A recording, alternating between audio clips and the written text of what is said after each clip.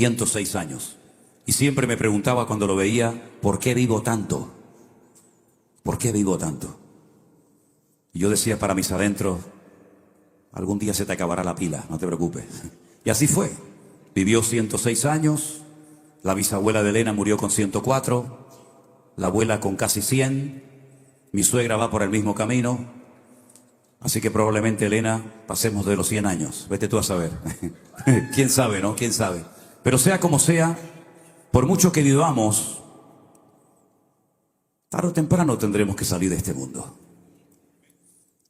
Y por eso es importante que cuando hagamos cualquier cosa en la vida, sea predicar, trabajar, estudiar, siempre tengamos presentes que estamos de paso y que hemos venido a este mundo con un propósito eterno y divino.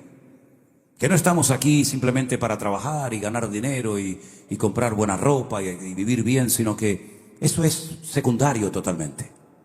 Yo veo que la gente de este país, y no es una crítica, simplemente es una observación, trabajan y trabajan y trabajan, y está bien trabajar. Pero si la mitad de la energía que gastan muchos en las cosas materiales, las gastaran en las cosas del Señor, ¿cuántas millones de personas se habrían convertido ya a estas alturas, verdad? Y es que yo creo que muchas veces nos olvidamos de que no solamente estamos aquí de paso, sino que hay una promesa que, gracias al Señor, en todas las iglesias y en todas las denominaciones, por lo menos hasta el día de hoy, la creen. Y es que Cristo viene pronto. ¿Cuántos dicen amén? Cristo viene pronto, mi querido hermano. Aleluya. Pero lamentablemente tengo que decir como pastor que se habla muy poco en algunos círculos cristianos evangélicos acerca de la realidad inminente del retorno de nuestro Señor Jesucristo. Me acuerdo que una vez me invitaron un grupo de pastores y alquilaron el salón de un colegio, y durante una semana les estuve compartiendo cosas relacionadas con el libro de Daniel, que es el Apocalipsis del Antiguo Testamento, algunas de las cartas que Pablo escribió donde menciona el tema de la venida de Cristo, la resurrección de los muertos, el arrebatamiento, etcétera, etcétera, el Apocalipsis. Y dormía en la habitación, cada uno en su cama, lógicamente, con un pastor, ¿verdad?, que me decía: Manuel, yo nunca he predicado en mi iglesia del Apocalipsis. Y le digo: ¿por qué? Dice: porque no lo entiendo. Digo: qué lástima, ¿no? Que haya creyentes en las iglesias que nunca hayan oído y que no entiendan uno de los libros más interesantes y que más se tiene que leer en los últimos tiempos, porque es nuestro manual de instrucciones, como es el libro de Apocalipsis o de Revelación, como también se le conoce, ¿verdad? Hoy quiero hablar acerca de esta gran doctrina, de esta gran enseñanza, para que cuando salgas por esa puerta sepas un poquito más de lo que nos espera, de lo que se avecina y de qué tiempo tan interesante nos ha tocado vivir a nosotros como creyentes en esta época. Quiero llevarles a la primera porción que voy a estar compartiendo con ustedes, que se encuentra en el Evangelio según San Mateo, el capítulo 24. Los versículos que yo voy a leer es muy interesante que ustedes también los lean en, por ejemplo, Marcos capítulo 13 y Lucas capítulo 21. ¿Por qué? Porque hay datos que nos da un evangelista que el otro omite. Y cuando se estudia un tema como el que vamos a analizar en esta noche, y espero que el Señor me dé sabiduría para poder explicarlo y que ustedes disfruten de este mensaje, es importante tener toda la información encima de la mesa. Por eso solamente vamos a leer parte de Mateo 24, pero repito, Marcos capítulo 13 y Lucas capítulo 21 también hablan de este tema. El capítulo empieza diciendo que Jesús salía del templo y se acercaron sus discípulos para mostrarle los edificios del templo. Jesús les dijo: ¿veis todo esto? De cierto os digo que no quedará aquí piedra sobre piedra que no sea derribada. Ahora, es muy importante cuando uno, por ejemplo, va a Jerusalén, y hay hermanos aquí que me han dicho que ahora en el mes de mayo es, ¿no? En el mes de mayo van a viajar con nosotros en uno de los viajes que vamos a hacer. Cuando yo leo parte de este capítulo en Israel, les digo: mire, el versículo 1 y 2, el Señor lo dijo en un lugar, y el versículo 3 en adelante lo dijo en otro lugar. Sin embargo, hasta que no estás allí, parece como que en el mismo lugar, es decir, a la salida del templo de Jerusalén, el Señor dijo esa declaración, hizo esa declaración y respondió a la pregunta de algunos de sus discípulos. No, no es así. Hay un salmo en la Biblia que dice: como Jerusalén tiene montes alrededor de ella, lo conocen, ¿verdad? Así está el Señor desde ahora y para siempre con su pueblo. Si ustedes observan la orografía de la ciudad de Jerusalén, que es una ciudad que está como unos 800 metros de altura sobre el nivel del mar, se van a dar cuenta de que la ciudad de Jerusalén está completamente rodeada de montes. Por ejemplo, tienen el Har Hatzitim, que sería el monte de los olivos, tienen el monte de Sión, donde está el aposento alto y donde está enterrada, donde está la tumba del rey David, está el monte Moriah, donde antiguamente estaba el templo de Jerusalén, y hay diferentes montes que rodean la ciudad. Y entre monte y monte hay como barrancos, ¿verdad?, por donde corre el agua. El monte Moriah, la palabra Moriah es muy interesante. Podríamos hacer todo un análisis, toda una explicación bíblica de lo que significa Moriah, porque Moriah viene de Moreia, de Dios es mi maestro, ¿verdad? El monte donde Dios es mi maestro, Dios decidió depositar su gloria, y allí fue donde se construyó el primer templo y también el segundo templo de Jerusalén, y donde será reconstruido el tercer templo de Jerusalén próximamente. La Biblia nos enseña que a la salida del templo, en el monte Moriah, cuando el Señor ya se iba, sus discípulos le dijeron: Señor, espera un momento, mira qué edificio tan hermoso, mira qué maravilla de templo tenemos. Y es verdad, era un templo maravilloso. Los romanos, cuando llegaron a Jerusalén, o cuando llegaron, mejor dicho, a Israel, les sorprendieron tres cosas que nunca habían visto en el territorio que ellos habían hasta el momento conquistado. Primero, les llamó la atención que era el único pueblo de la tierra que paraba toda actividad un día a la semana, el día del reposo, el día del Shabbat o el día sábado. Nunca habían visto eso en ninguna nación, en ninguna cultura, en ningún continente, que hasta los animales se paraban y no trabajaban durante todo un día. Eso fue algo que les llamó muchísimo la atención a los romanos. La segunda cosa que les llamó la atención, según cuenta la historia, es que en Israel es el único lugar del mundo donde hay un mar donde usted puede flotar y no se hunde. Es el famoso Yam HaMelach, el mar de la sal, más conocido vulgarmente por el mar muerto. Y la tercera cosa que les llamó muchísimo la atención a los romanos fue que ellos tenían, los judíos, un templo enorme, precioso, grandísimo, pero no había estatuas, no había ídolos en su interior. Y se reían y decían: pero ustedes están locos, han construido un hermoso templo, han invertido muchísimo tiempo y dinero, pero sin embargo está vacío. Y es que al Señor no se le podía hacer ningún tipo de figura. Amén, hermanos. Cuando el Señor sale del templo de Jerusalén, los discípulos lo detienen para que Él se pare a observar las maravillas del templo, y el Señor les lanza un jarro de agua fría a sus discípulos, diciéndoles algo que ellos nunca esperaban que sucediera. ¿Veis todo esto? Observarlo, miradlo bien, porque no quedará piedra sobre piedra que no sea destruida. Fue un golpe bajo para los discípulos. Jamás podían esperar que su maestro les estuviera dando una palabra profética que no mucho tiempo más tarde se iba a cumplir. Y las profecías, las palabras proféticas que el Señor daba siempre, sí o sí, se cumplían. No es como muchos hoy en día que se llaman profetas y dicen que son profetas y profetizan, pero ni profetizan, ni son profetas, ni son nada. Cuando el Señor Jesucristo profetizaba, lo que decía se cumplía sí o sí. Ellos quedaron golpeados y decían: ¿cómo que nos van a romper otra vez el templo? Pero si ya nos lo rompieron una vez. Ya nos destruyeron los babilónicos, ¿verdad? En la época del profeta Jeremías, el templo de Jerusalén. Otra vez se va a volver a repetir la historia. No puede ser. Cruzan el torrente del Cedrón, y cuando se adentran en el monte de los olivos, que es el que está justo enfrente del monte Moriah, y eso allí se observa perfectamente, y allí en el monte de los olivos está lógicamente lleno de olivos, porque estaba el huerto de Getsemaní. Y la palabra Getsemaní significa un lugar de prensa donde se aplastaba la aceituna para extraer el aceite de oliva, ¿verdad? Y no solamente eso, sino que también en ese monte la Biblia dice que el Señor volverá. Zacarías capítulo 14: y pondrá en aquel día sus pies sobre el monte de los olivos, y el monte de los olivos se partirá en dos, y se hará un gran valle, y saldrán aguas subterráneas de Jerusalén, y volverán a entrar en el mar muerto, y volverá a recobrar la vida. Son cosas tremendas que ocurrieron y que van a ocurrir en aquel lugar. Cuando están en el huerto de Getsemaní, dice que 4 de sus discípulos, Mateo no lo dice, pero Marcos dice que Pedro, Jacobo, Juan y Andrés le llaman aparte y miren la pregunta que le hacen al Señor: Señor, dinos cuándo serán estas cosas ¿Y qué señal habrá de tu venida y del fin del siglo? Ellos no daban crédito a lo que acaban de escuchar. Nos van a volver a romper el templo. Ningún sacerdote, ningún rabino, ni siquiera los dos sumos sacerdotes, Anás y Caifás, sabían esto. Pero ellos acababan de recibir una información que les sacudió el alma. Y ellos sabían que tarde o temprano, nuevamente el templo de Jerusalén volvería a ser destruido, quemado y saqueado. Y por más de 2000 años, ese templo no se ha vuelto a reconstruir. Y simplemente como un dato que creo que es bastante significativo, el mismo día, evidentemente en otro año, el mismo día que se destruyó el primer templo de Jerusalén, se destruyó el segundo templo de Jerusalén en el mismo día. El día Teisa Beab.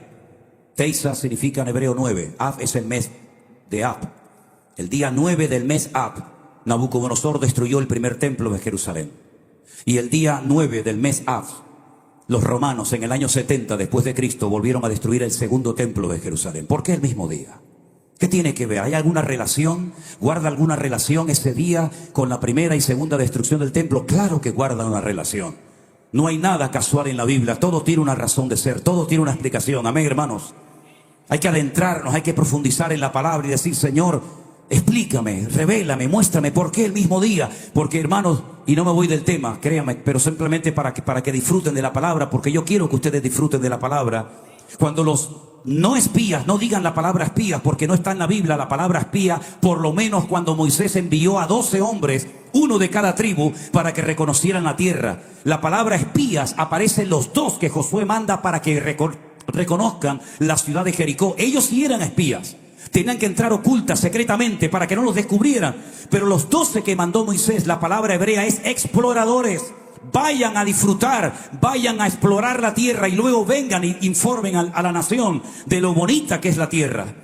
Y cuando volvieron los exploradores, dice que desanimaron al pueblo de tal manera que tuvo toda la noche el pueblo en sus tiendas de campaña, llorando toda la noche, quejándose, diciéndole a Moisés, ¿para esto nos sacaste de Egipto? ¿Para traernos aquí para que nos coman? Nos acaban de decir que la tierra se abre y traga a sus moradores, que las ciudades tienen unas murallas enormes que llegan hasta el cielo, que los habitantes de Canaán son como gigantes y nosotros como hormigas. Volvamos a Egipto. Y dice que se lamentaron y hablaron mal de la tierra del Señor. Y el Señor, ese día que se lamentaron y lloraron, era el día 9 del mes Av, el día Teisa Beab. Así que a partir de ese día, todos en cada generación, en ese mismo día, siempre en Israel ocurre una tremenda desgracia. Podría darles 21 datos de cosas terribles que han ocurrido en la historia del pueblo de Israel el mismo día 9 del mes Ab. Y el día 9 del mes Ab, Tito, que era el hijo del emperador Vespasiano de Roma, entra en la ciudad de Jerusalén, la destruye, se lleva todos los tesoros a Roma, y con toda la riqueza que acaban de saquear del templo de Jerusalén, construyen otro templo en Roma, pero no a la vida, sino a la muerte. Y ese templo todavía ustedes lo pueden visitar, se llama el Coliseo Romano. En plena ciudad de Roma, con los tesoros del templo, construyeron un templo a la muerte. El Señor Jesucristo se da cuenta de que los discípulos han sido sacudidos por esta tremenda noticia que Él les acaba de decir. El templo va a volver a ser destruido. Y ellos dicen, ¿cuándo? ¿Cómo? ¿Qué señales, qué indicaciones hay previas a esa destrucción? ¿Qué es lo que va a ocurrir, Señor? Explícanos. Y entonces el Señor les da toda la explicación y toda la información que ustedes pueden encontrar en Mateo capítulo 23. El cuándo no se lo responde, pero sí le da una lista interesantísima de señales. Presten atención, por favor. Están ahí, ¿verdad? Que como no oigo ni una mosca, digo, ¿se habrán ido? No, están ahí, sí, ¿verdad? Mirad que nadie os engañe. ¿Puede ser engañado un creyente? Pues se ve que sí. Porque el Señor le dice a sus discípulos, mirad que nadie os engañe. Porque vendrán muchos en mi nombre, diciendo yo soy el Cristo, y a muchos engañarán. ¿Qué significa la palabra Cristo? La palabra Cristo ha sido traducida del griego, pero la palabra Cristo no es un nombre, es un título. Viene de la palabra Mashiach, que significa ungido. El presidente de Israel es el Mesías. Ha sido ungido para ser presidente del gobierno. El sumo sacerdote era el Mesías, el Mashiach, el ungido, para oficiar en el templo de Jerusalén. Los profetas recibían la unción, por lo tanto eran considerados Mesías o ungidos en su generación y en su época. ¿Qué es lo que está diciendo el Señor aquí? Que van a venir personas diciendo yo soy Jesucristo. Ha ocurrido y seguirá ocurriendo a lo largo de la historia. Pero es mucho más que eso, mis queridos hermanos. Es decir, cuidado que nadie os engañe diciendo yo soy el ungido de Jehová. No me pueden criticar, no pueden llevarme la contraria. Yo soy el jefe de la iglesia, yo hago lo que me da la gana, yo no le rindo cuentas a nadie, a mí me tienen que dar sus diezmos, sus ofrendas, sus primicias, su carro o lo que yo diga, porque yo soy el ungido de Jehová, ustedes son indios y yo soy el jefe. Bueno, pero eso ya pasó en el pasado y ahora también está pasando. Hoy en día hay muchas personas que son como intocables porque son el ungido de Jehová. Todos somos ungidos por el mismo Espíritu. La Biblia dice, sobre todos ha sido derramado el mismo Espíritu. Y en todos y cada uno de nosotros mora el mismo Espíritu que en los pastores, en los maestros, en los músicos o en quien sea. Todos tenemos la misma unción de Dios. No hay cristianos de primera, de segunda, de tercera. Usted quédese ahí, que yo soy más importante que usted. Eso debe ser desterrado completamente de la iglesia del Señor. Todos somos iguales delante de Dios. Dios no hace acepción de personas. Y el Señor dice, cuidado porque se van a levantar falsos ungidos que van a engañar, no a los del mundo, porque ya los del mundo están más que engañados, sino van a engañar a los escogidos del Señor. Y algunos me decían, sí, pero los escogidos, ¿quiénes son? Porque me hace mucha gracia, porque cuando hay cosas, digamos, impactantes o negativas, eso era para los judíos. Pero cuando son bendiciones y cuando son cosas buenas, eso es para nosotros. Entonces, ¿en qué quedamos? ¿Somos escogidos o no somos escogidos?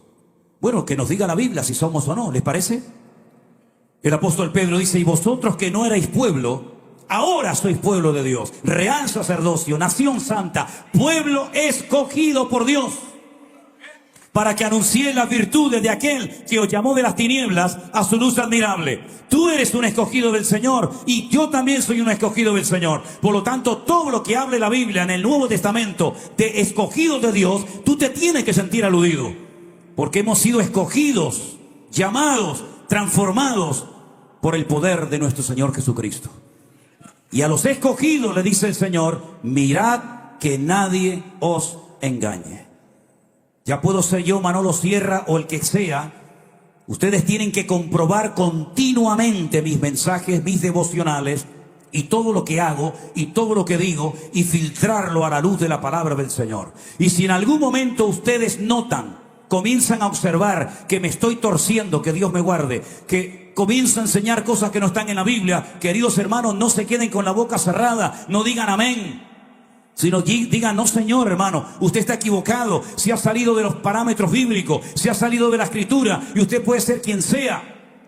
Pero lo que no coincide con la palabra de Dios, ninguno de ustedes tiene la obligación de decir amén, ni de apoyarlo, porque si lo apoya, se hace copartícipe del engaño y de la manipulación de ese predicador. ¿Cuántos dicen amén? Bueno, si no dicen amén me da igual, pero yo siempre lo digo porque queda muy bonito, ¿no? Mirad que nadie os engañe. Porque dice el Espíritu claramente que en los postreros tiempos algunos escucharán a doctrinas de demonios. Y una de las artimañas del diablo en los últimos tiempos es tratar de engañar a los escogidos del Señor, a las iglesias, torcerla, meterle falsas doctrinas, falsas enseñanzas. Cuidado, que nadie os engañe, sea quien sea y se llame como se llame. El Señor sigue diciendo en su palabra, Mateo 24, verso 6, oiréis de guerras y rumores de guerras. Mirad que no os turbéis. ¿Por qué? Porque es necesario que todo esto acontezca. Pero aún no es el fin. Se levantará nación contra nación y reino contra reino, y habrá pestes, hambres y terremotos en diferentes lugares. ¿Y todo esto qué es? Simplemente el principio de dolores. Os entregarán a tribulación y os matarán. ¿Con quién está hablando aquí el Señor, queridos hermanos? ¿Con sus discípulos, sí o no? ¿Usted es discípulo de Cristo?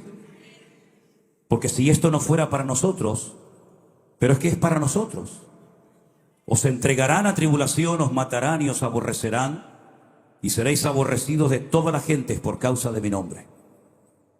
Yo siempre le digo a los pastores, a los que están en el ministerio o desean estar en el ministerio, una de las cosas que tienes que aprender lo antes posible es que nunca le vas a agradar a todo el mundo. Si alguien piensa que le vas a caer bien a todo el mundo, te equivocaste de trabajo, amigo. Aquí te van a observar con lupa y lo que hagas a unos les va a gustar, a otros no les va a gustar, unos te van a apoyar, otros te van a tratar de poner la zancadilla para que caigas lo antes posible. Yo siempre he dicho, y espero que ustedes tengan la madurez suficiente para poder oír lo que les voy a decir, porque es muy fuerte. Las personas en esta vida que más me han ayudado y apoyado, ¿saben quiénes han sido? Mis hermanos en Cristo, los cristianos, los hijos de Dios. ¿Saben ustedes lo que más me han criticado y me han tratado de hundir en esta vida? Mis hermanos en Cristo, o algunos de mis hermanos en Cristo. Pero es que yo no me convertía a mis hermanos en Cristo. Yo no me convertí a una iglesia, a una denominación. A mí el Señor me liberó de 4 demonios que tenía en mi vida. A mí el Señor me sanó y a mí el Señor me salvó. Y fue Él el que me transformó, fue Él el que me cambió la vida. Y si hay gente que aplaude, gloria a Dios, y si hay gente que critica, gloria a Dios, me da exactamente igual, porque yo no sigo al hombre, yo sigo a mi Señor Jesús. Y eso tenemos que aprenderlo lo antes posible, porque como cristianos, lo más difícil del mundo es creer, y algunos se lo creen, que van a poder, con su vida, con su testimonio, con su ministerio, van a poder agradar a todo el mundo. Y ni siquiera el Señor Jesucristo jamás le dio importancia a eso de caerle bien, caerle simpático a todo el mundo. De hecho, hay pasajes en la Biblia donde nos encontramos con los discípulos diciéndole al Señor: Señor, hoy se ha ido gente enfadada contigo. Hoy se ha ido gente molesta. Como hace un rato me dijeron que uno se fue enfadado porque no lo atendí, no me saqué una foto con él. Dios le bendiga, chao, chao, arriba derecha, amigo. Voy a ir yo detrás de él. Ay, no se vaya, por favor. Venga, que le voy a hacer una foto. Si alguien se quiere también marchar, aproveche y váyanse ahora. Váyanse ahora.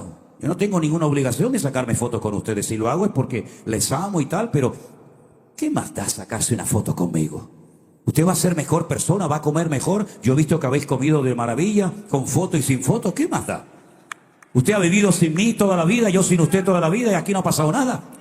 Pero que una persona se levante de una mesa donde el Señor va a hablar con su palabra, donde la presencia del Señor está, porque el pastor no les sacó una foto. Que Dios te bendiga, mi hijo. Adiós, muy buena. Señor, alguien se fue hoy ofendido porque tu palabra fue muy dura. Y el Señor, ¿qué dijo? Si ustedes se quieren marchar también, aprovechen y váyanse. O yo estoy aquí para caerles bien a ustedes. Así que, mis queridos hermanos, seremos aborrecidos. Seremos rechazados por personas. A lo mejor predicarás algo y le va a hacer un beneficio espiritual a alguien tremendamente, pero puede ser que a otra persona no le haya gustado lo más mínimo la palabra que usted haya dicho. Pero usted no tiene que agradar a los hombres. Usted no tiene que agradar ni siquiera a la iglesia que pastorea, mi hermano. Usted a quien tiene que agradar es a Dios y es al Señor. Eso es lo que dice la palabra del Señor, mi querido hermano. Seréis aborrecidos por causa de mi nombre. ¿Usted se cree que es agradable que yo le diga a un señor de 60 años, póngase en orden y déjese de cuentos? ¿Usted cree que a mí me gusta decirle a una persona, usted quiere servir a Dios y está viviendo en adulterio? ¿Usted pecó anoche y ahora viene a la iglesia aquí levantando las manos, haciéndose el santo? ¿Usted cree que es agradable para uno hacer este tipo de trabajo? No, pero hay que hacerlo. Porque en la iglesia no estamos para pasarle la mano a la gente por la espaldita para que estén contentos. En la iglesia y en este lugar estamos para predicar puramente la palabra del Señor. Y hay gente que no quiere escuchar palabra de Dios, quiere payasos y quiere circos en el púlpito. ¿Cuáles son las iglesias y denominaciones que más están creciendo? Donde la gente nunca se siente aludida con el mensaje. Te vas a reír, lo pasas bien, te dicen lo que en el fondo quieres oír. El mensaje siempre pasa por encima de la cabeza, pero aprieta las tuercas un poco. Apriétale las tuercas, dile, ven para acá. ¿Tú estás viviendo con tu novio? Cuando ya saben lo que dije anoche, ¿no? Cuando le haces una pregunta a una persona, dice, ¿eh? Ya te pillé, amigo. Ya estás pensando a ver qué me vas a decir. Ese ya te ha descubierto, querido. ¿Usted está viviendo con su novio y estás en alabanza? ¿Usted qué está jugando? Mirad que nadie os engañe, porque seremos aborrecidos. ¿Pero por qué seremos aborrecidos? ¿Por ser unos sinvergüenzas, unos ladrones, unos adúlteros?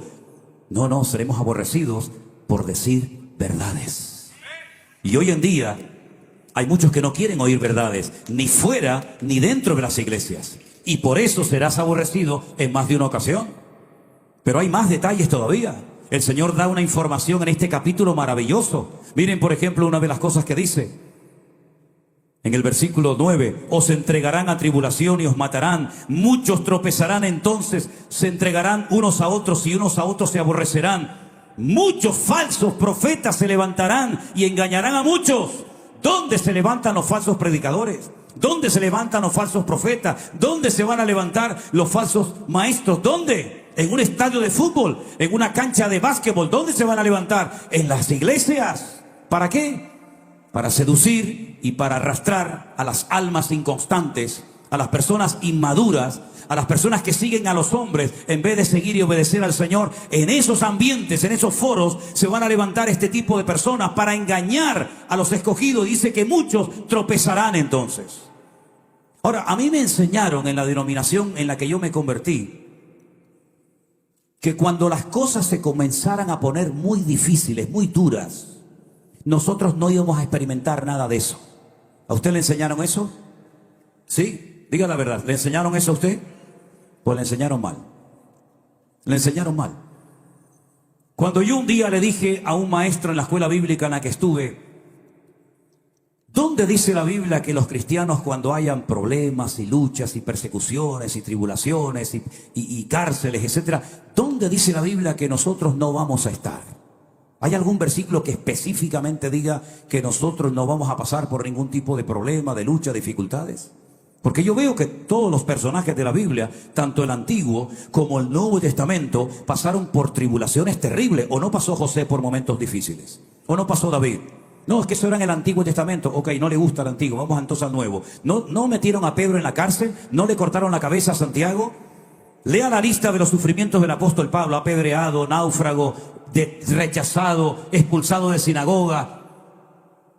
Lea la historia de la iglesia cristiana, los primeros siglos. El que no moría quemado, moría crucificado. El que no moría crucificado, moría apedreado. ¿Dónde dice la Biblia literalmente que nosotros los creyentes nunca vamos a pasar por ningún tipo de prueba, de dificultades? Y me decían en aquellos días, la Biblia dice que Dios no nos ha puesto para ira, sino para alcanzar salvación. Digo, ¿y usted quiere sustentar con ese versículo toda una doctrina? Dios no nos ha puesto para ira. Dice, este es el versículo que nosotros creemos y nos apoyamos para decir que los creyentes no vamos a pasar por luchas, ni pruebas, ni dificultades. Entonces me fui. Pero a los pocos días volví otra vez. Yo era muy preguntón, ¿saben? Yo era muy preguntón, porque el que no pregunta, pues no aprende. Y le dije, acabo de terminar de leer el libro de Apocalipsis. Y en el libro del Apocalipsis se habla de 3 iras diferentes. Y el maestro me dijo,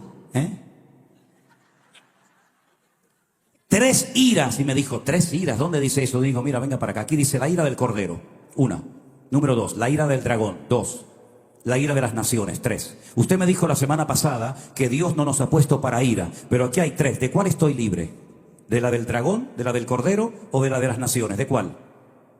Y me dijo, la semana que viene le doy una respuesta. Todavía lo estoy esperando. Todavía lo estoy esperando. Queridos hermanos, cuando decimos algo en público o enseñamos algo en una escuela bíblica o a través de una retransmisión en directo o como sea, yo siempre he dicho y enseño a nuestros pastores y a todos nuestros hermanos en España y donde tenemos obra, que toda declaración, toda enseñanza que demos siempre tiene que ir 100% avalada por la palabra de Dios. Porque si no puedo avalar mis palabras con la palabra de Dios, ¿dónde me sustento? ¿En qué me apoyo para decir esto es así? La Biblia dice que todo el que quiera vivir piadosamente sufrirá persecución. de una manera u otra. Usted no tiene que sorprenderse de que se burlen de usted. Usted lo que tiene que sorprenderse es que nadie se meta con usted. Usted no tiene que sorprenderse de que le critiquen. No os sorprendáis del fuego de prueba como si alguna cosa extraña os aconteciese, dice la Escritura. En otras palabras, lo normal no es que todo el mundo nos ría la gracia, lo normal es que tengamos pruebas, luchas y dificultades, pero en todas y en cada una de esas circunstancias, el Señor siempre va a estar a nuestro lado y nos va a proteger y nos va a cuidar y nos va a bendecir, y ya sea que muramos o vivamos, somos del Señor, da igual. Pero déjeme que le diga algo. Analizando todos estos temas escatológicos del Apocalipsis, del futuro, de la bestia y de todo esto, descubrí que aproximadamente hace unos 150 años, año arriba, año abajo aproximadamente, hubo un sacerdote católico en un monasterio que, estudiando él por su cuenta y riesgo las Sagradas Escrituras, sobre todo los libros del Apocalipsis, de Daniel, de Ezequiel, etcétera, él dijo como cura, como sacerdote católico, que la Iglesia católica no pasaría por ninguna etapa de persecución o de tribulación. Eso lo dijo un cura hace 150 años en un monasterio. En aquellos días, en aquellos tiempos, estaba totalmente prohibido, se veía muy mal que en las Biblias se incluyeran comentarios, fotografías, opiniones personales, lo cual es tremendamente normal hoy en día. Usted compra cualquier Biblia y va a ver que al final, que por cierto le quiero dar las gracias a una hermana, no sé si está por aquí, que me regaló ayer una Biblia muy bonita, y en la tapa pone mi nombre. Me gusta mucho el detalle, le agradezco, hermana, de todo corazón. Es que anoche me fui y no la había visto al llegar a casa. ¿Está por aquí esa hermana? Ahí está. Bueno, gloria a Dios, le agradezco, hermana, que Dios le bendiga. Ahora, usted ve, por ejemplo, en la Biblia Thompson, cuántas cosas le han metido a la Biblia Thompson. Que, por cierto, para entender la Biblia Thompson hay que ir a Harvard a estudiar, porque mira que tiene cosas, ¿verdad? En cualquier Biblia que usted compre hoy en día hay fotografías, hay mapas, hay diccionarios, hay tabla de pesos y medidas, hay comentarios, hay explicación de palabras griegas, explicación de conceptos hebreos. Hay un montón de información dentro de la Biblia, pero en aquellos tiempos de los que yo le estoy hablando, estaba muy mal visto que alguien metiera en la Biblia comentarios extrabíblicos. Se escribían comentarios, diccionarios, libros, pero no dentro de la Biblia. Hubo un teólogo muy famoso y de mucho peso, influencia en el protestantismo de la época, que se llamó el doctor Scofield.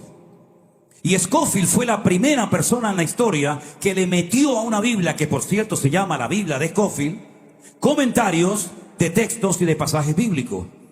Y una de las cosas que puso fue que la iglesia, y cuando dijo la iglesia se refirió a la iglesia, toda la iglesia evangélica incluida, no pasaría por ningún tipo de persecuciones, de tribulaciones, etcétera, etcétera. Y eso cayó muy bien. Eso le agradó mucho a la audiencia. Porque ¿quién quiere ser perseguido? ¿Quién quiere ser crucificado? ¿Quién quiere terminar su vida como un mártir? Alguien aquí que está orando, está ayunando: Señor, que me maten, Señor, que me crucifiquen, Señor, que me peguen un tiro en la cabeza. No he conocido nunca a nadie así. Generalmente nuestras oraciones son: líbrame, bendíceme, cuídame, protégeme. Todas terminan en me, por eso seremos ovejas. Cuídame, sáname, protégeme, guíame. Como ovejas de su prado, dice la Biblia que somos, ¿verdad? Ahora, fíjate qué cosa tan interesante. Cuando uno va a la palabra de Dios y comienza uno a analizar las Sagradas Escrituras, el Señor Jesucristo habla de futuras persecuciones. No le está hablando al mundo, no está hablando a los impíos, a los incrédulos. Le está hablando a sus discípulos que representan a la iglesia, que representan la trayectoria del pueblo cristiano a lo largo de la historia. Y Él dice: no se dejen engañar, habrán guerras, habrán pestes, habrán terremotos, ¿verdad? Habrán falsos ungidos, habrán falsos maestros, falsos profetas, etcétera, etcétera. Y Mateo capítulo 24, que se lee, como dije al principio, con Marcos 13 y Lucas 21, es como un mensaje comprimido. Hay tanta información que casi de cada versículo se puede hacer un estudio bíblico. El Señor Jesucristo no lo hizo, pero posteriormente, bajo inspiración del Espíritu Santo, otros autores de la Biblia, tal vez el más conocido, el apóstol Pablo, comenzaron a desgranar, comenzaron a explicar muchas de las cosas que en Mateo 24 encontramos como una pequeña respuesta a una pregunta que los discípulos le hacen al Señor: ¿cuándo, cómo y qué señales habrá de tu venida y del fin del siglo? Y es importante que cuando estudiemos estos temas, que creo que son tremendamente interesantes y por supuesto necesarios de conocerlos, vayamos por ejemplo a una carta que Pablo le escribió a una iglesia donde estuvo simplemente 21 días al frente de la misma. Es el lugar donde menos tiempo Pablo permaneció. 3 semanas en Tesalónica, 2 años en Éfeso, 1 año y medio en Corinto. Pero el lugar donde menos tiempo estuvo el apóstol Pablo pastoreando fue en la ciudad de Tesalónica.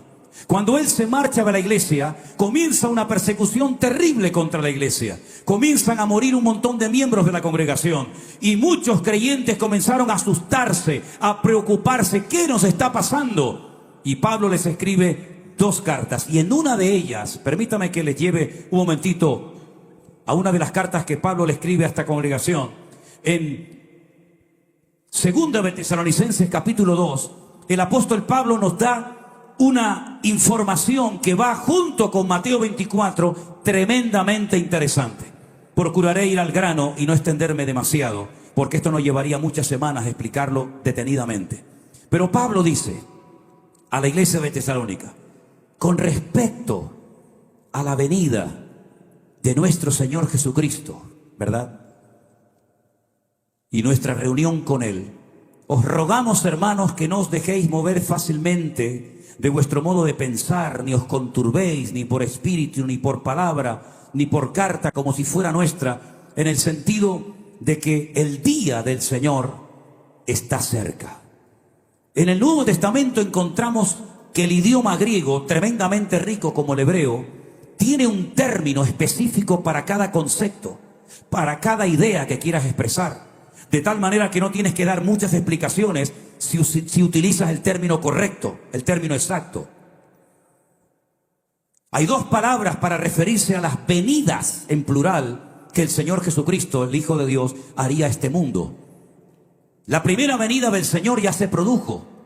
Hay 150 profecías que se cumplieron solamente en la primera venida de Cristo. Y esa primera venida de Cristo, cuando la Biblia hace referencia a ella, habla como la palabra epifanía.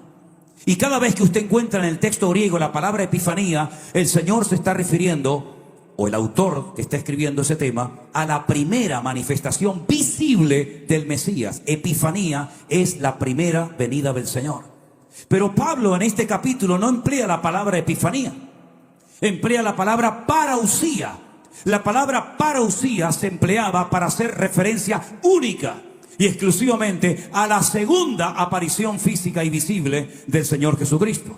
Por lo tanto, cuando él dice con respecto a la parausía, es decir, con respecto a la segunda venida del Señor, ¿me explico? No se dejen engañar, no sean perturbados en su fe. ¿Por qué? Porque dice al apóstol Pablo lo siguiente, tome nota: no vendrá sin que antes venga la apostasía y se manifieste el hombre de pecado, el hijo de perdición. Él está hablando de la venida, de la segunda venida, de la parausía del Señor. Y dice, no se preocupen, hermanos, no se pongan nerviosos, porque no va a venir, no se va a manifestar visiblemente nuestro Señor Jesucristo hasta que ocurran 2 cosas tremendamente importantes. Una es la apostasía, de lo cual hablaremos ahora brevemente. Y en segundo lugar, se manifieste, se dé a conocer, se presenta en la escena pública y mundial el hombre de pecado, el hijo de perdición, que más adelante lo llama el inicuo, el malvado, el perverso. Usted sabe que el nombre que reciben las personas en la Biblia identifica la esencia de la misma. ¿Por qué Dios le cambiaba el nombre a ciertas personas en la Biblia? Porque el nombre que tenía no coincidía con el plan que Dios tenía para él.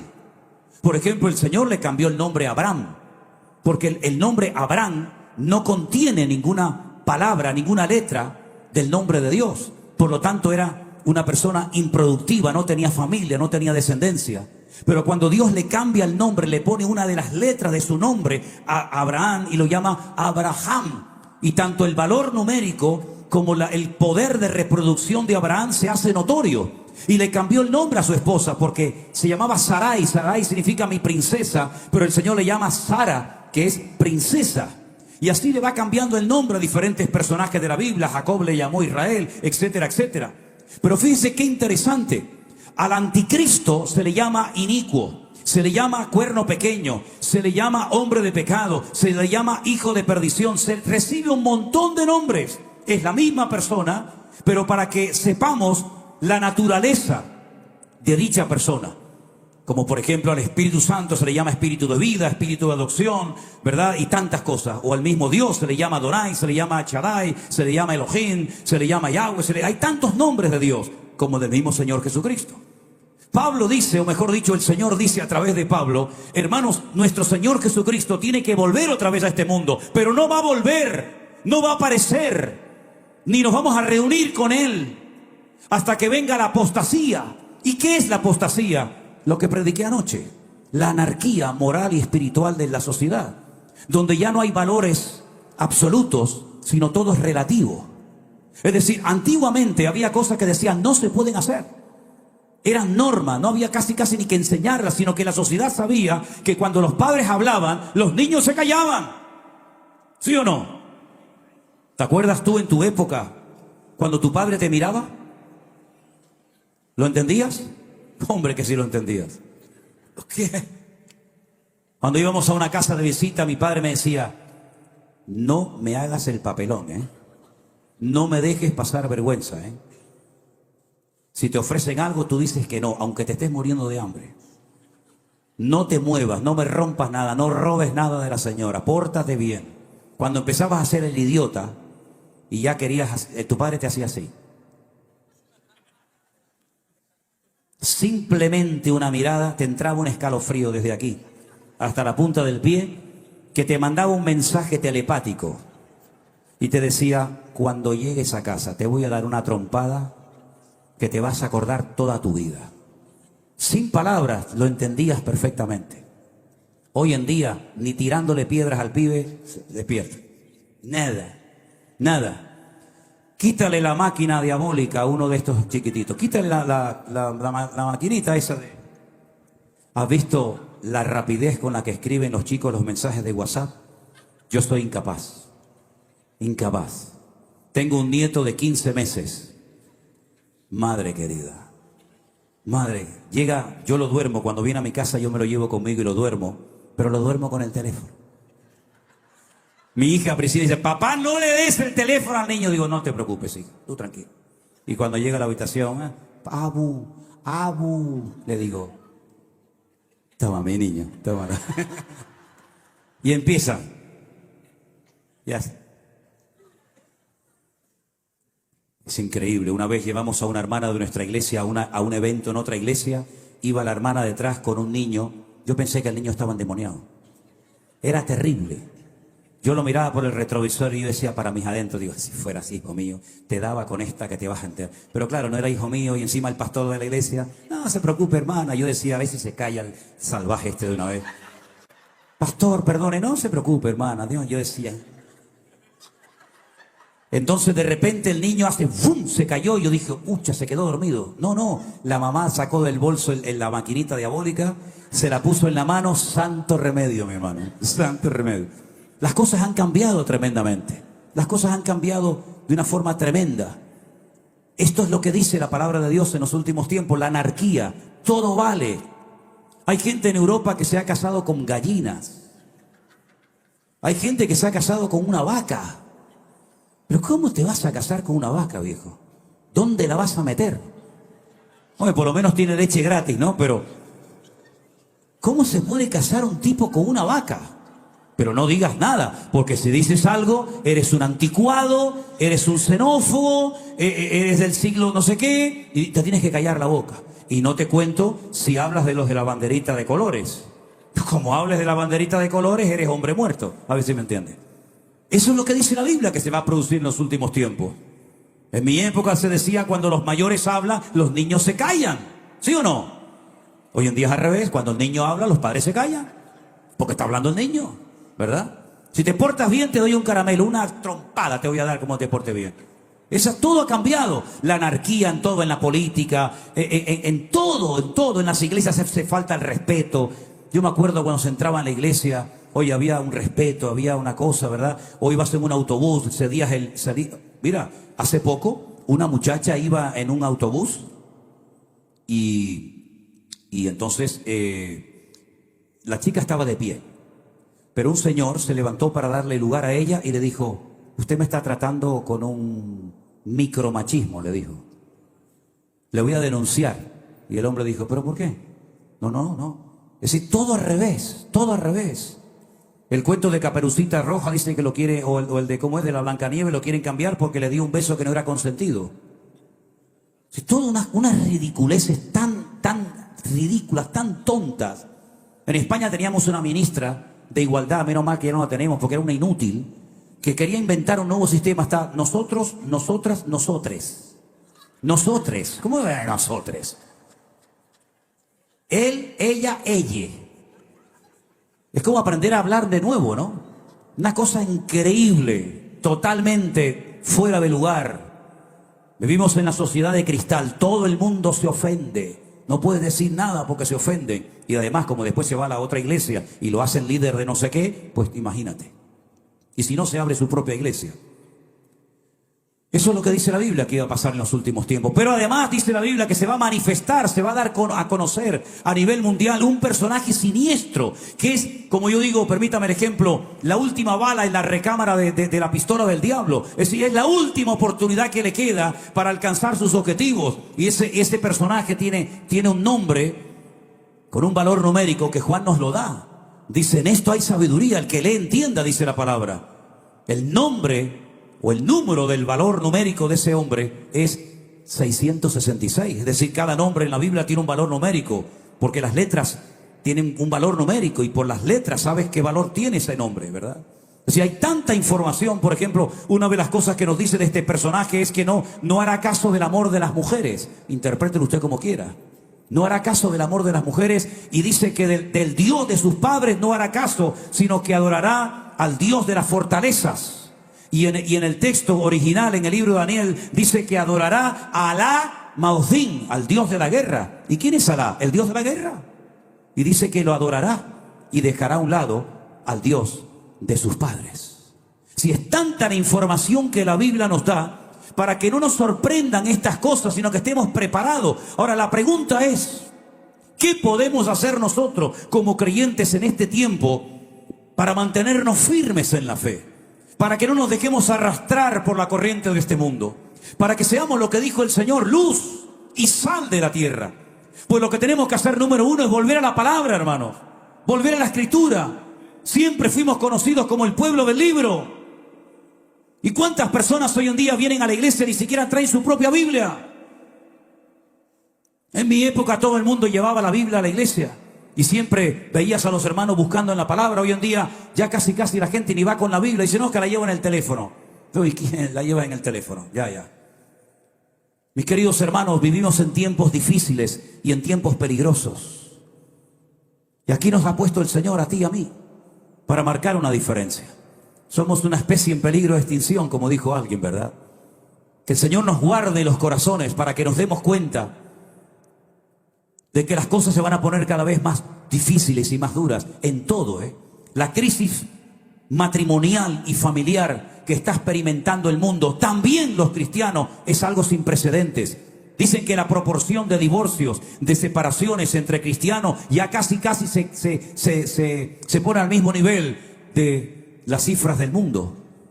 Vas a iglesias y te encuentras que el pastor ya se ha casado, recasado, rejuntado 3 o 4 veces, que ahora está con la otra está con el otro está con este, y no pasa nada, porque Dios es amor, porque Dios es bueno. No, espera un momento, querido. Claro que Dios es bueno y Dios es amor. Si no fuera así, nosotros no estaríamos en esta noche en este lugar. Pero ese Dios de amor también es un Dios que exige santidad, y dice en su palabra claramente que sin santidad nadie verá al Señor. Y es importante que la iglesia despierte a la realidad de que ser cristiano lleva un compromiso y lleva una responsabilidad. Yo no puedo entrar en una iglesia y no tener un contacto con mi hermano, no mirarlo a la cara porque están enfadados hace 20 años y uno va por un pasillo y otro va por otra, pero luego después cuando se reparte el pan y el vino, tomamos el pan y el vino y dice la Biblia que por eso hay muchos enfermos y debilitados y muchos mueren en las congregaciones prematuramente. ¿Por qué? Porque se ha perdido el temor, la reverencia y la santidad en la casa de Dios. Y el Señor quiere que todo eso se vuelva a recuperar, que volvamos otra vez a la santidad, a la simpleza, si me permiten, a la sencillez del Evangelio, y que nos demos cuenta de que somos un pueblo tremendamente necesitado. Y si bajamos la guardia, por muchos años que usted lleve en la iglesia, da igual los títulos universitarios o teológicos que tenga, lo que le va a proteger no son sus títulos, no es su carrera, lo que le va a proteger es su comunión y su relación con el Señor, que hay que mantenerla viva todos los días de nuestra vida, mi querido hermano. Y eso es lo que dice la palabra del Señor. Velad y orad para que no sorprendan estas cosas como ladrón en la noche. ¿O es que aquí en Estados Unidos los ladrones cuando vienen a robar llaman por teléfono a la gente? Pues yo no he conocido nunca a ningún ladrón. Hola, buenas noches, ¿cómo está? Bien, ¿cómo está, hermana? Dios le bendiga. Prepárese que voy para allá, El ladrón viene, te robó y cuando te das cuenta ya se acabó, no hay nada que hacer. Y el Señor dice, cuidado, porque te puedes quedar dormido. Y por eso dice el Señor en su palabra, despiértate, tú que duermes, y te alumbrará Cristo. ¿Y saben lo peor que le puede ocurrir a un creyente y a una iglesia? Perder la presencia del Señor y no darse cuenta que la perdió. ¿Cuántos han perdido alguna vez algo importante? Como por ejemplo, dinero, documentación, llaves. Yo en este viaje que acabo de hacer, en el primer vuelo que hice, perdí lo que llaman ustedes como ID, ¿lo llaman el ID? Lo perdí. Menos mal que me quedé con el pasaporte, si no me quedo como prófugo. Me quedo como, la perdí. ¿Cuántas veces hemos perdido alguna llave? Pero lo peor que nos puede pasar es perder la presencia del Señor, la gracia de Dios y no habernos dado cuenta. Y usted dirá, pero eso no puede pasar, ¿no? ¿No puede pasar? ¿No? ¿Seguro? No, es que eso le pasó a Saúl, eso le pasó a Sansón y no se dieron cuenta, pero eso era en el Antiguo Testamento, hermano, ¿sí? Ok, vamos al Nuevo, que tanto le gusta. La última iglesia del libro del Apocalipsis es la iglesia de la Odisea. La iglesia que decía, nos hemos enriquecido. Ya no somos una iglesia pobre, como fue la iglesia primitiva o como fueron tantas iglesias que nos precedieron en el pasado. No, no, no. Que nos reuníamos debajo de una cocotera, que no teníamos instrumentos de música, ¿verdad? Que pasábamos frío en invierno y pasábamos calor en verano. No, ya no somos así. Nos hemos enriquecido. No tenemos necesidad de nada, lo tenemos todo. Y el Señor dice, pobres, ciegos, desnudos, desventurados. He aquí estoy a la puerta y llamo. Si alguno oye mi voz y abre la puerta, entraré a él, cenaré con él y él conmigo. La iglesia de la Odisea, es verdad, era una iglesia rica, no le faltaba de nada. Lo tenían todo, humanamente hablando, pero habían perdido lo más bonito que puede tener una vida y un creyente, y es la presencia del Señor. Hay congregaciones que cuando yo entro digo, tienen de todo, no les falta de nada, hasta lo tienen multiplicado por 3 y por 4, ¿no? Pero ¿y la gloria del Señor dónde está? Vienen las almas llorando a los pies de Cristo. Tenemos, pero somos el tipo de pueblo que Dios quiere que seamos. ¿No se nos habrá vuelto en contra lo que tenemos, creyendo que tanto tienes, tanto vales? ¿No se nos ha vuelto en contra, como le pasó a los judíos, que tenían el templo lleno de oro y de piedras preciosas por todas partes? Pero el Señor, cuando entró allí, dijo, habéis convertido mi casa en una cueva de ladrones, cuando esto tenía que haber sido una casa de oración.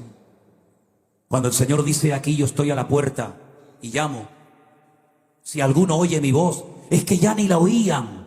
Entonces, ¿a quién le estaban cantando? ¿A quién estaban adorando allá adentro? ¿A quién le estaban haciendo culto si el Señor ya no estaba y no se habían dado cuenta? Hermanos queridos, no bajemos la guardia, porque estamos viviendo tiempos tremendamente peligrosos.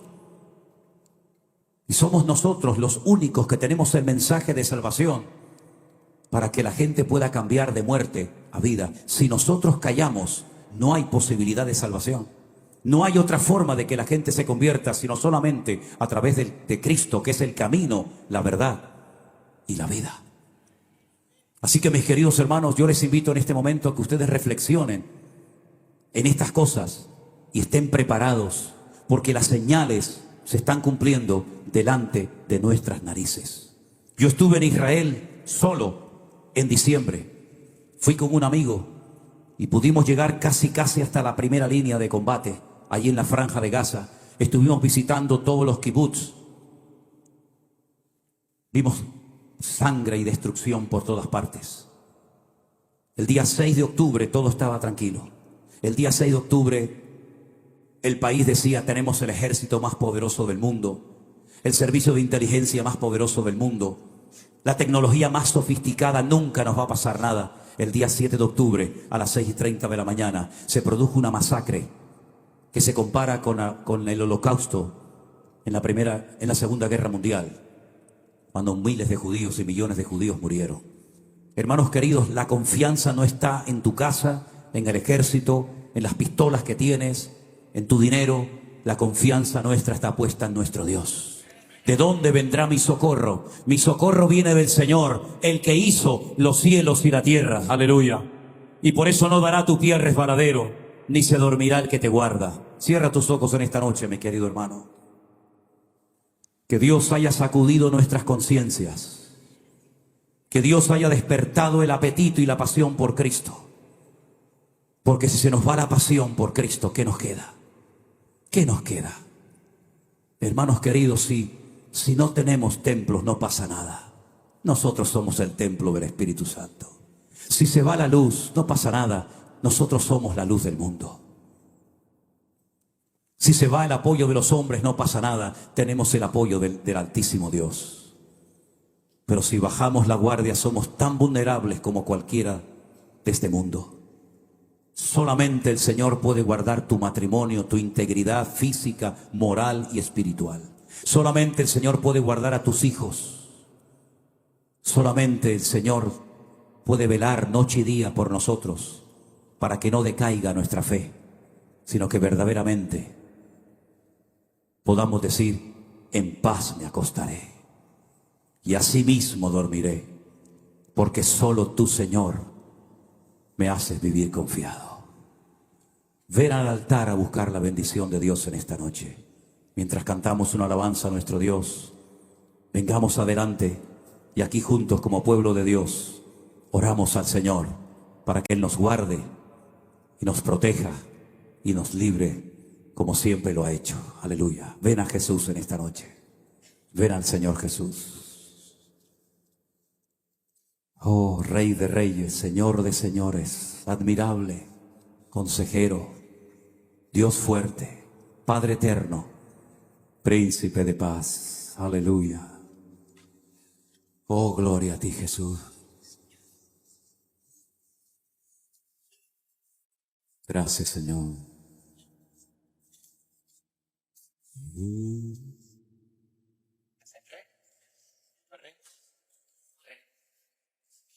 Amén. Rey de reyes, Señor de señores, admirable. Amén.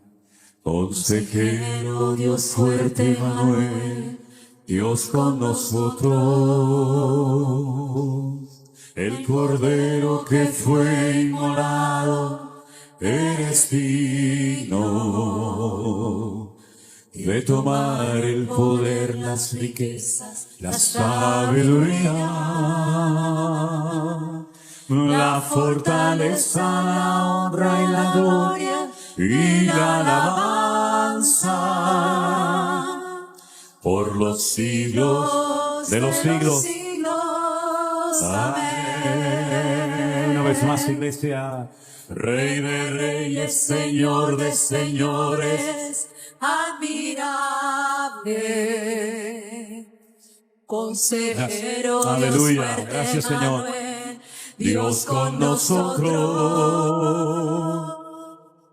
El Cordero que fue inmolado, eres digno de tomar el poder, las riquezas, la sabiduría, la fortaleza, la honra y la gloria, la alabanza. Y la alabanza por los siglos de los siglos. Amén.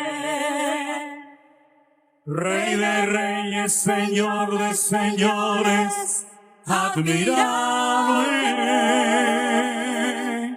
Consejero, Dios fuerte, Manuel, Dios con nosotros. Cordero, El Cordero que fue inmolado, eres digno de tomar el poder, las riquezas, la sabiduría, la fortaleza, la honra y la gloria, la alabanza. y la alabanza. Gracias, Señor, y la gloria Por los siglos de los siglos. siglos. Amén. Una vez más. Por los siglos de los siglos. Amén. Por los siglos de los siglos.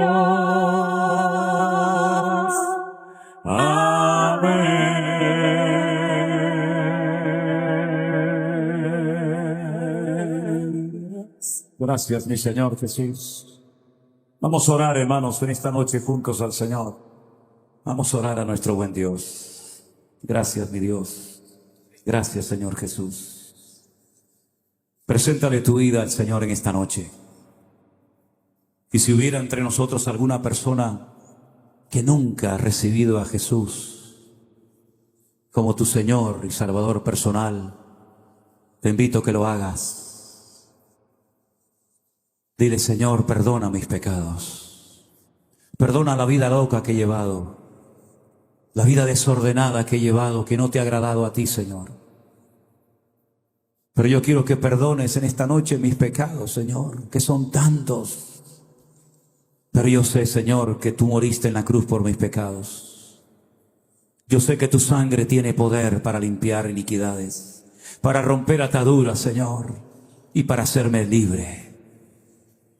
Yo te recibo en mi corazón en esta noche como mi Señor y Salvador personal. Ven a mi corazón, Señor Jesús, amado mío. Ven a mi vida, Señor, y rompe mis ataduras. Hazme un hijo tuyo, Señor. Yo entiendo que tú moriste ocupando mi lugar en la cruz y resucitaste al tercer día, aleluya, demostrando que eras el ungido verdadero, el Mesías verdadero y no un falso más. Señor, y a los que ya te hemos conocido y honrado y servido por años, renueva nuestra fuerza, Señor, que hasta el último momento de nuestra vida sea barro en tus manos, Señor, y tú nuestro bendito alfarero. Cámbianos, moldéanos, restáuranos, Señor, que volvamos a recuperar lo que hayamos podido perder en el camino. El que ha perdido el escudo de la fe, que lo vuelva a recuperar en esta noche, amado mío. El que ha perdido el casco de la salvación, el que ha perdido la espada del Espíritu, el que ha perdido el aceite en su corazón. Señor, en esta noche nos acercamos a tu altar y te pedimos, Señor, límpianos, vuelve a levantarnos con el poder de tu Espíritu Santo, Señor. Porque tú dices en tu palabra que si el espíritu de aquel que levantó de los muertos a Jesús mora en nuestros cuerpos, tú nos vivificarás y nos darás vida y vida en abundancia, Señor. Y yo te pido que en esta noche todos y cada uno de tus hijos tengamos el corazón ardiendo con el fuego del Espíritu Santo de Dios. Y que nos enamoremos de ti, de tu palabra, cada día más y más. Y que no haya nada más importante en la vida que honrarte, amarte y servirte a ti, mi Señor. Quita todas las vanidades y el tiempo perdido, Señor. El afán de este mundo. Quita de nosotros toda angustia, toda carga innecesaria, Señor. Y que la única carga que tengamos sea amarte cada día más y más. Amarte como el patriarca Abraham, dolorido y sin fuerzas, pero con el puñal en alto, dispuesta a hundirlo sobre lo más querido, si tu voz me lo ordena, Señor. Amarte como el joven Daniel, a ti sonriendo entre el rugir de fieras, o bendecirte con el último aliento como el mártir Esteban. Amarte, Señor, con toda mi alma y con todo mi corazón, y estar dispuesto a poner mi mano en el arado y nunca más volver atrás. Aviva tu obra en medio de los tiempos, Señor. Levanta tu iglesia con poder, Señor, para que podamos caminar de victoria en victoria y de gloria en gloria y de triunfo en triunfo, en el nombre de Jesús de Nazaret, en el nombre del Señor Jesús. Que seamos un pueblo vivo, eficaz, poderoso, respaldado por la mano de nuestro Dios. Gracias, Señor, porque sé que tú has oído nuestra oración y a partir de hoy vamos a caminar más cerca de ti, de tu palabra. Bendice a mis hermanos que han pasado a esta plataforma, que vayan a sus hogares renovados y bendecidos. Y gracias por esta noche de victoria y de bendición, donde hemos recordado que tú vienes pronto. En el nombre de Jesús. Amén y amén. Dios les bendiga. Dios les bendiga, mis queridos hermanos. Les amamos. Gracias, Señor. Gracias. Abrace a su hermano. Dígale, hermano mío, Dios te bendiga. Dios te guarde. Amén.